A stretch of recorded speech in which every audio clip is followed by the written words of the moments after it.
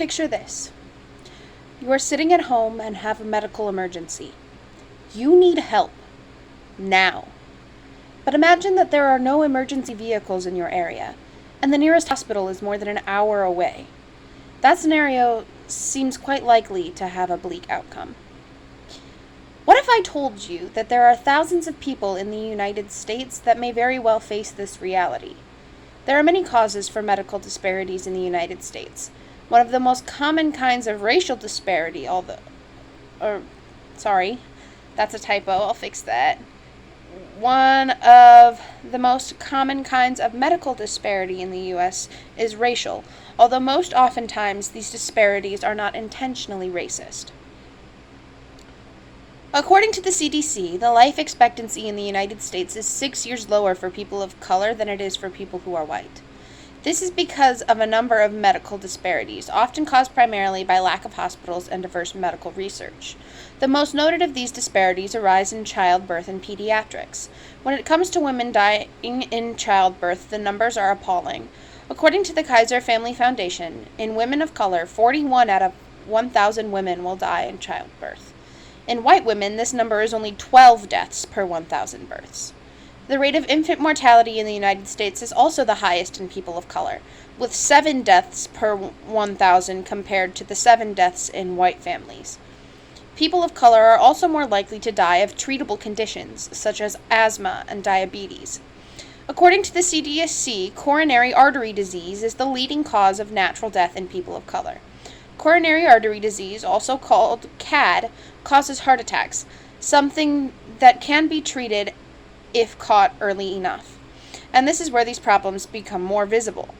The reasoning for this is that there are few or no hospitals, clinics, or immunization sites in low-income neighborhoods. And while this in and of itself doesn't single out people of color, the other systemic racism does lead to more people of color living in impoverished communities. In an article about racism and Medicare from the National Library of Medicine, Drs. Williams and Rucker discuss the reasons behind medical racism. They state that medical racism emerges from systemic racism, and that increasing the frequency of clinics and hospitals in low-income neighborhoods, as well as increasing diverse medical studies, will combat these medical issues. One example of this is a Harvard study done in 2019 discussing why women of color were more likely to die in childbirth.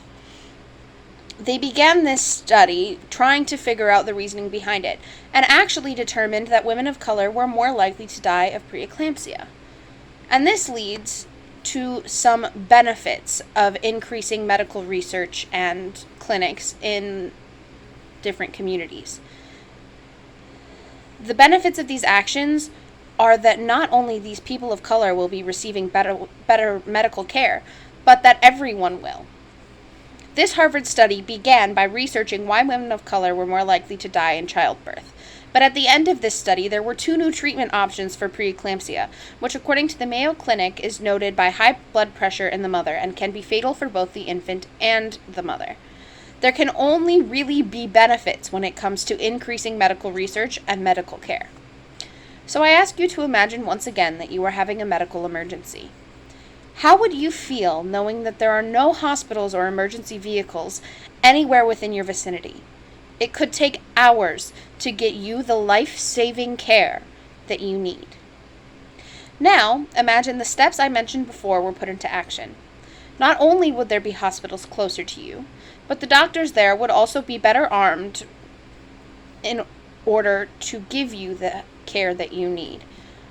Wow, okay, that was rough. There are a couple spots I need to smooth out, a couple of things I need to move around. I don't have my visual aids done. I'm about halfway done with those right now. I think that putting those in will definitely help me in terms of smoothing things out. I think it's just ironing things.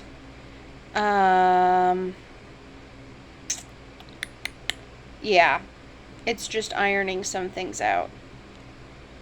A couple of spots that I would like to smooth over.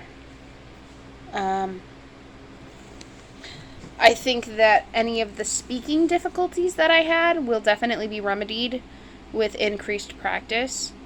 And I have um, my partner and one of my best friends is coming tomorrow, and I'm going to run this in front of them and see if they have any things, because running it in front of my parents is always one way to sort of do it, but they